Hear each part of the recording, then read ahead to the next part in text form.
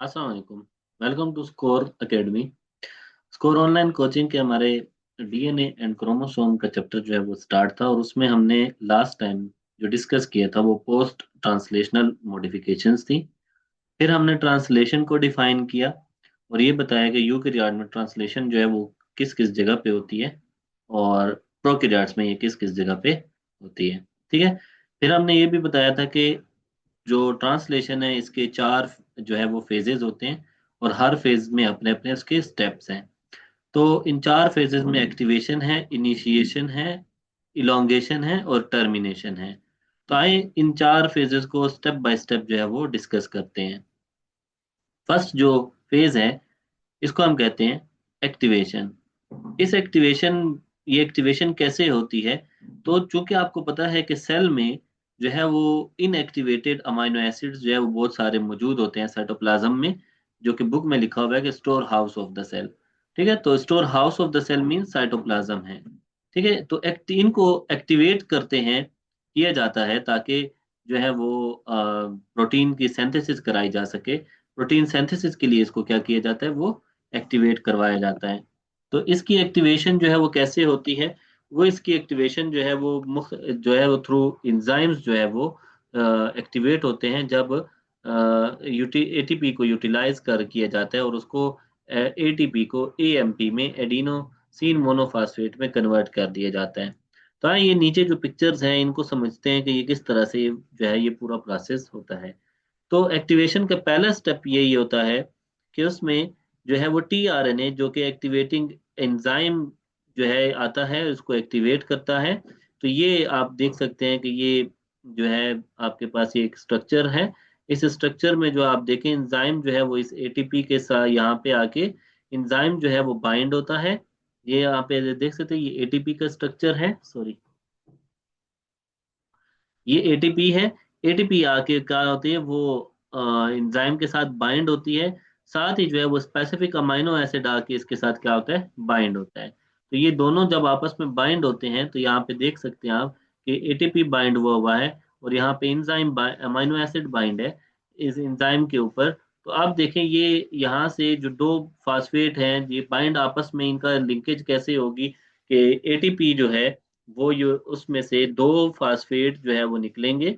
यहाँ पे आप देख सकते हैं फास्फेट को, सॉरी, तो यहाँ पे देखें ये जो फास्फेट है यानी कि पायरोफास्फेट जो है वो यहाँ से रिलीज होगा।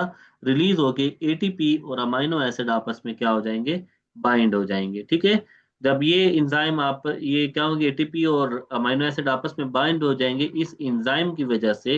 तो फिर उसके बाद अगला स्टेप क्या होगा? अगले स्टेप में टीआरएनए आके इसके साथ क्या होगा, अमाइनो एसिड के साथ यहाँ पे बाइंड होगा। ठीक है, तो अगले स्टेप में टीआरएनए क्या होता है, वो अमाइनो एसिड के साथ जो है वो बाइंड होता है।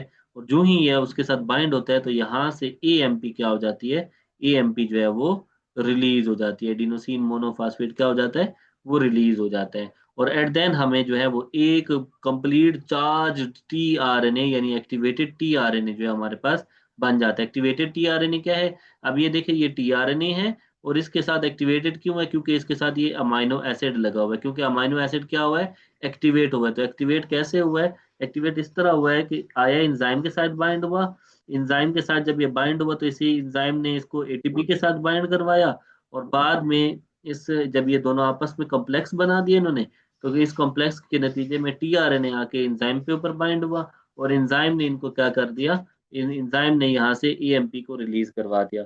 और एट द एंड क्या हुआ, एंजाइम खुद भी रिलीज हो गया और एक फ्री जो है चार्ज टीआरएनए हमें जो है वो सामने नजर आ रहा है, जो कि बन गया चुका है। ठीक हो गया। तो ये जो है ये एक्टिवेशन का प्रोसेस था। एट द एंड जो है वो एक्टिवेटेड या चार्ज टीआरएनए जो है हमें मिला है, क्योंकि जब एंजाइम की क्या हुई है, एक्टिवेशन हुई है। ठीक है, उसकी सॉरी अमाइनो एसिड की, तो अमाइनो एसिड की एक्टिवेशन की वजह से चार्ज टीआरएनए में आ गया है। चले अब अगला स्टेप क्या होगा ट्रांसलेशन का, सेकंड सॉरी अगला फेज, सेकंड फेज जो है इसका है वो इनिशिएशन है। वो क्या है, इनिशिएशन है। तो इस इनिशिएशन को हम क्या कहते हैं, formation of the initiation complex बनता है। यहाँ पे क्या बनता है, फॉर्मेशन ऑफ इनिशिएशन कॉम्प्लेक्स बनता है। सबसे पहले आप देखें कि यहाँ पे दो जो है वो राइबोसोमल सब यूनिट जो होते हैं वो क्या होंगे, वो यहाँ पे सेपरेट होंगे। राइबोसोमल सब यूनिट आपको पता है ना कि राइबोसोमल सब यूनिट क्या होते हैं, ये एक लार्ज सब यूनिट होता है, ठीक है। और एक जो है वो इसके साथ में क्या होता है, ये स्मॉल सब यूनिट होता है, तो स्मॉल बनाना चाहिए, ठीक है। तो ये क्या होगा, एक स्मॉल सब यूनिट होगा। तो यहाँ से आप देख सकते हैं, यहाँ पे ये देखें कि स्टेप वन है ये दो आपस में जो है ये जुड़े हुए हैं। तो यहाँ से आप देखें, इधर देखें, ये स्मॉल राइबोसोमल सब यूनिट है, ठीक है। और इस स्मॉल राइबोसोमल सब यूनिट के ऊपर अब क्या क्या चीजें अटैच होंगी, हम साथ साथ देखते जाते हैं, ठीक है। अच्छा, इनिशिए जो स्टार्ट होगा, स्टार्ट में क्या होगा, एमआरएनए जो है वो क्या बाइंड होगा, वो आरएनए के साथ, राइबोसोमल आरएनए के साथ बाइंड होगा। यानी कि जो राइबोसोमल आरएनए कहाँ पे है, राइबोसोमल आरएनए जो है वो स्मॉलर सब यूनिट के साथ, जब इनिशिएशन फैक्टर, ये एक खास किस्म का एंजाइम है, ये इनिशिएशन फैक्टर जो है वो इसको क्या करेगा, बाइंड करवाएगा, ठीक है। यहाँ से आप देख सकते हैं कि ये क्या हो गया, ये इनिशिएशन ट्रांसफर आरएनए है, और यहाँ के साथ इसके साथ जो है वो क्या बाइंड हो रहा है, आरएनए जो है ये इसके साथ ये बाइंड हो रहे हैं। ये देखें, ये एमआरएनए है, ठीक है। यहाँ से इसको देख लेते हैं, यहाँ पे देखें, ये एमआरएनए है, ठीक है। एमआरएनए लिखा हुआ है, ये एमआरएनए है। इसके साथ जो है ये देखें, ये ट्रांसफर आरएनए आ रहा है, ये वाला ट्रांसफर आरएनए। तो ये ट्रांसफर आरएनए जो है वो क्या आएगा, वो इसके साथ बाइंड होगा। तो ये देखिए, ये आके यहाँ पे बाइंड होता है, ठीक है। क्लियर हो गया। अगला जो स्टेप है वो क्या होगा, अगले स्टेप में क्या होगा, ट्रांसफर आरएनए जो है मेथ्योनीन को लेके आ रहा होगा। यहाँ पे देखें ना, ट्रांसफर आरएनए जब आ रहा है तो ये मेथ्योनीन को लेके आ रहा है, ये देखें, एफ मेथ, ठीक है। तो इसको मेथ्योनीन को ये लेके आ रहा, तो मेथ्योनीन आके क्या होता है, मेथ्योनीन आके ये बाइंड होता है, या इसको हम एन फॉर्माइल मेथ्योनीन भी कहते हैं, जो कि पेप्टिडाइल साइड पे, पी साइड पे, ये देखिए, ये पेप्टिडाइल साइड है, इसके ऊपर जाके ये क्या होगा, बाइंड होगा, ठीक है। ये इसके ऊपर क्या होगा, बाइंड होगा, ये पी साइड है, इस पेप्टिडाइल साइड, ठीक है। इसके साथ ये बाइंड होगा इस साइड पे। और स्मॉल राइबोसोमल सब यूनिट जो है उस यहाँ पे इस टाइम जब ये उसको बाइंड करेगा, तो ये किस, यानी कि स्मॉल राइबोसोमल सब यूनिट जब जो मिथ्योनीन कैरिंग ट्रांसफर आरएनए है, इसको जब बाइंड करेगा, तो किसकी वजह से बाइंड करेगा, इनिशिएशन फैक्टर वन और इनिशिएशन फैक्टर टू के है मदद से यहाँ पे इनको बाइंड कर देगा, ठीक है। अच्छा, फिर उससे अगला जो है वो क्या होगा, उससे अगले स्टेप में देखें हम, इससे अगले में हम चलते हैं। अब successive amino acid bearing transfer RNA जो है वो ए साइड के ऊपर बाइंड होंगे, ये देखें, अमाइनो एसिड, ठीक है। उसके बाद वाले अमाइनो एसिड, ये ट्रांसफर आरएनए बाइंड हुआ, तो अमाइनो एसिड यहाँ पे बाइंड हो गए ए साइड, देखें यहाँ पे नहीं थे, तो यहाँ पे क्या हो गए, बाइंड हो गए हैं, ठीक है। यहाँ पे बाइंड हो जाएंगे, ठीक है। तो ये क्या बन जाएगा, इनिशिएशन कम्प्लेक्स।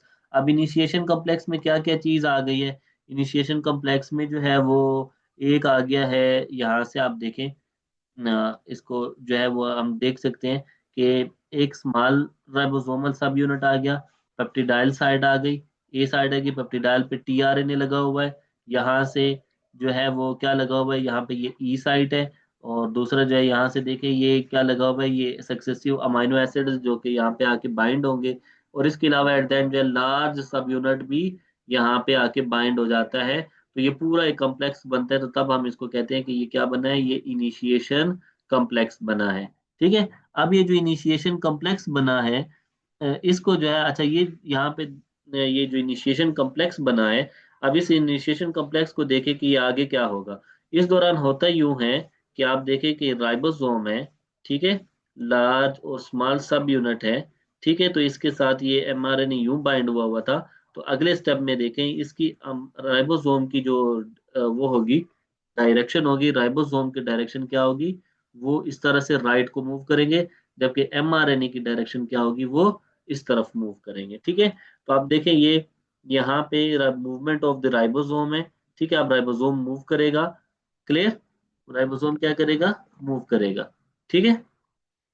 अच्छा, अब इसमें देखें, राइबोसोम इस तरफ मूव करेगा, और मूव करने के बाद जो इसके साथ साथ यहाँ पे क्या होगा, जो ई साइट है, E site from where the empty RNA exit from the ribosome, यहाँ से आप देख सकते हैं ये ई साइट भी यहाँ पे मौजूद है।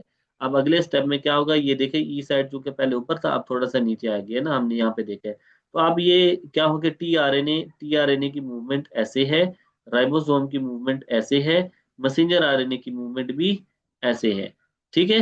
तो आप देखें, तो ये क्या होगा, messenger RNA you you move करेगा, तो यहाँ पे जो चीज बाइंड हुई होगी उसको वो आगे जाएगी, आगे जाके ई साइड पे, ई मींस एग्जिट, तो यहाँ से वो निकल जाएगी बाहर। ठीक है, और यहाँ पे पेप्टाइड बना जाएगी। इसने जो पेप्टाइड बनाया वो ये है, फिर ये वाला जो पेप्टाइड बनेगा वो ये है। इसी तरह ये देखें, ये यहाँ से निकल गया, ये यहाँ से क्या हो गया, निकल गया, ई साइड से निकल गया, ये रह गया।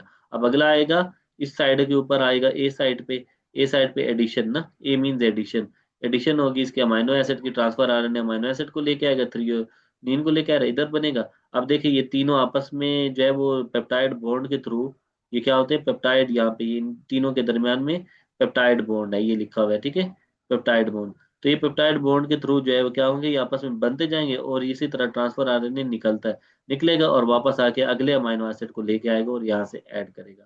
तो ये क्या है, ये ओवरऑल एक प्रोसेस है जो कि बहुत ही क्रूशल प्रोसेस है इनिशिएशन का। ठीक है, तो ये इनिशिएशन में हमने कहा कि आफ्टर इनिशिएशन कॉम्प्लेक्स फॉर्म्ड, ये प्रोसेस जो है वो इनिशिएशन कॉम्प्लेक्स तक है, यहाँ तक ये बनेगा। और इसके बाद फिर क्या होगा, इसके बाद ये होगा कि इनिशिएशन फैक्टर 1 2 और 3 होंगे, और वो रिलीज हो जाएंगे और रीयूटिलाइज होंगे। ठीक है, अब आएगा अगला स्टेप, अगला स्टेप इसका क्या है, अगला यह वो फेज है वो इलोंगेशन है। अब ये इलोंगेशन कैसे होगी, वहां पे थोड़ा सा मैंने पीछे बता तो दिया, लेकिन चले यहाँ पे इलोंगेशन कैसे होगी। इलोंगेशन, ये इलोंगेशन का स्टेप है कि यहाँ से एग्जिट होगा, ये T R N A exit होगा, पेप्टाइड जो बना है वो अगले पेप्टाइड के साथ पेप्टाइड बॉन्ड बना लेगा, यहाँ पे जो टी आर एन ए आएगा, फिर ये टी आर एन ए इधर आ जाएगा, ये टी आर एन ए इधर आ जाएगा, ये आगे निकल जाएगा, अगले स्टेप में ये आगे निकल जाएंगे, सारे इसी तरह करते करते ये क्या होंगे, पूरा एक जो है वो एट देन आप देख सकते हैं कि ये इलोंगेशन होती जाती है। और ये देखें, ये इलोंगेशन है, ठीक है, इसको हम फिर क्या कहते हैं, ग्रोइंग पेप्टाइड चेन।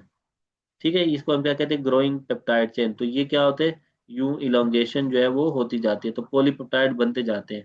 अब होता यूं है कि देखें कि ये एक पॉलीपेप्टाइड चेन है, एक, दो, ठीक है, ये तीन, ये चार, ये पांच, ठीक है, इसी तरह फिर ये क्या होगा, ये एट द एंड क्या होती है, ये एट द एंड जो है इस तरह आपस में फोल्डिंग होती है इनकी। ठीक है, तो जितनी ज्यादा ये कम्प्लेक्स जो है ये क्या होते जाएंगे, मुख्तलिफ जो है वो आके चेन्स जो है वो क्या होंगे, आपस में इस तरह से इनफोल्ड होंगे। और जब ये इस तरह से इनफोल्ड हो जाएंगे, तो फिर ये क्या बनाएंगे, ये प्रोटीन का एक मॉलिक्यूल बना देंगे, ये क्या बना देंगे, प्रोटीन का एक मॉलिक्यूल जो है वो इस तरह से बना देंगे। ठीक है, ये देखिए, ये पूरा एक जो है ना, इनकी फोल्डिंग की वजह से पूरा एक मॉलिक्यूल जो है वो बन जाता है। क्लियर हो गया, ठीक है, ओके। नेक्स्ट जो है, अगला जो स्टेप है इलोंगेशन का, तो हमें समझ आ गई है। लेकिन अगला टर्मिनेशन, आप फॉर एग्जांपल किसी एक पॉलीपेप्टाइड चेन का एक साइज है, उसका मुकर्रर है कि इतने लंबी चेन बननी है इतने अमीनो एसिड की, तो बस उसके बाद फिर क्या होगा, अगले स्टेप होगा इलोंगे, उसका टर्मिनेशन का क्या, टर्मिनेट होना चाहिए। ठीक है, तो इलोंगेशन में हमने कहा कि राइबोसोम जो है वो इलांग द एमआरएनए मूव करते हैं, एज अमीनो एसिड बाइंड होते हैं, टीआरएनए उनको लेके आ रहा होता है, बाइंडिंग होती है, सेकंड अमाइनो एसाइल ट्रांसफरेज उनको ला के बाइंड कर रहा होता है। एंजाइम जो है वो इलोंगेशन फैक्टर के थ्रू जो है वो क्या करते हैं, एक्सपोर्ट करते हैं एमआरएनए को। ये देखो इलोंगेशन फैक्टर के थ्रू एग्जैक्ट, ये देखिए यू के साथ ए लग रहे हैं ना, तो यहाँ पे कौन से एंजाइम आ रहे हैं, इलोंगेशन फैक्टर आ रहा है, और इलोंगेशन फैक्टर इनको क्या करता है, इलोंगेशन फैक्टर इनको एग्जैक्ट जो है उसी कोड के मुताबिक ऐड करवाता है। ठीक है, ये यहाँ से जब ये एडिशन होती है ना, तो इलोंगेशन फैक्टर इसको देख के ऐड करवाता है कि अब ये वाला अमीनो एसिड इसका कम्प्लीमेंट्री आना चाहिए। ठीक है, यानी कि उसका अपोजिट। ठीक हो गया, तो मेथियोनीन जो है वो सेकंड अमाइनो एसिड है, वो भी बाइंड होता रहता है सर। ये सारी चीजें अभी आपको मैंने जो है वो क्लियर कर दी है। ठीक हो गया, ओके। यही साइकिल बार बार चलता रहता है, और मुख्तलिफ किस्म की प्रोटीन और मुख्तलिफ उनके नंबर ऑफ मालिक्यूल जो है वो इंक्रीज होते रहते हैं। अगला स्टेप जो है वो टर्मिनेशन का है। टर्मिनेशन जो है वो क्या होगी, इसमें इलोंगेशन जो है वो तब तक चलती रहती है जब तक नॉन सेंस कोडोन नहीं आता, जिसको हम स्टॉप कोडोन भी कहते हैं, जिसको हम क्या कहते हैं, स्टॉप कोडोन भी कहते हैं। जब तक स्टॉप कोडोन नहीं आएगा, जैसे कि हमने कहा था ना कि जब स्टार्ट हो रहा होता है, तो स्टार्ट होते वक्त जो है वो AUG आना चाहिए, ये ठीक है, AUG आना चाहिए। जब तक ये चलता रहेगा चलता रहेगा, जब तक यहाँ पे स्टॉप कोडोन नहीं आएगा, यानी UGA नहीं आएगा, तब तक ये क्या होगा, ये चेन चलती रहेगी। ठीक है, तो अगला जो स्टेप होगा उसमें हमने कहा कि ये जो स्टॉप कोडोन आ जाता है, ठीक है, तो स्टॉप कोडोन वो mRNA के साथ बाइंड नहीं होता, वो उसके साथ बाइंड नहीं होता, इस टीआरएनए के साथ बाइंड नहीं होता, बल्कि वो क्या करता है, वो सिर्फ रिकॉग्नाइज करता है रिलीजिंग फैक्टर को या टर्मिनेशन फैक्टर को रिकॉग्नाइज करता है। तो रिलीजिंग या टर्मिनेशन फैक्टर क्या करते हैं, वो करते हैं, टर्मिनेट करते हैं, स्टॉप करते हैं ट्रांसलेशन को, और रिलीज करवा देते हैं पॉलीपेप्टाइड को फ्रॉम द टीआरएनए। तो टीआरएनए से पॉलीपेप्टाइड की चेन को यूं काट देते हैं, ठीक है, टीआरएनए से, और उसको रिलीज करवा देते हैं बस। जब वो रिलीज हो जाती है तो इस दौरान दो जो राइबोसोमल सब यूनिट्स हैं, ये दोबारा किस में चले जाते हैं, ये दोबारा यहाँ से सेपरेट हो जाएंगे, ये सेपरेट हो जाएगा, ये सेपरेट, जितनी भी चीजें लगी थी इनिशिएशन कॉम्प्लेक्स पे यहाँ पे, वो सारी चीजें क्या हो जाएंगी, सेपरेट हो जाएंगी। ठीक है, जब ये सेपरेट हो जाएंगी तो फिर बस सारा प्रोसेस खत्म हो जाएगा। होप सो कि आपको ये जो है लेक्चर बहुत इजी समझ आया होगा, क्लियर होगा। एग्जाम पॉइंट ऑफ व्यू से आपने ये सारे पॉइंट्स जो है वो इसमें ऐड करने हैं, वो स्टेप बाय स्टेप चलना है। कोशिश करें कि आप इसमें डायग्राम ड्रा करें, और डायग्राम ड्रा करके जब आप लिखेंगे तो आपके नंबर जो है वो बहुत ज़्यादा आएंगे, और आप अच्छे मार्क्स जो है वो अचीव कर सकेंगे। फर्दर इसी तरह के अच्छे अच्छे कंसेप्ट के लिए स्कोर ऑनलाइन कोचिंग या स्कोर एकेडमी को जो है वो फॉलो करें, सब्सक्राइब करें, शेयर करें, और अपने कमेंट्स ज़रूर दें कि अगर जो है आपको कोई चीज़ समझ नहीं आ रही या किसी चीज़ को आपने रिपीट करवाना है तो आप हमें ज़रूर बताइएगा। इसके अलावा ऑनलाइन सेशन के लिए जो है आप लोग वो हमें कॉन्टेक्ट कर सकते हैं online score academy @gmail.com email के ऊपर। ठीक है, तो आप लोग हमें कांटेक्ट करें, हम आपके कंसेप्ट जो है वो क्लियर करवाएंगे और आपकी एग्जाम की तैयारी अच्छे से करवाएंगे। तब तक के लिए हमें इजाज़त दें, अपना ख्याल रखिएगा। अल्लाह हाफिज़।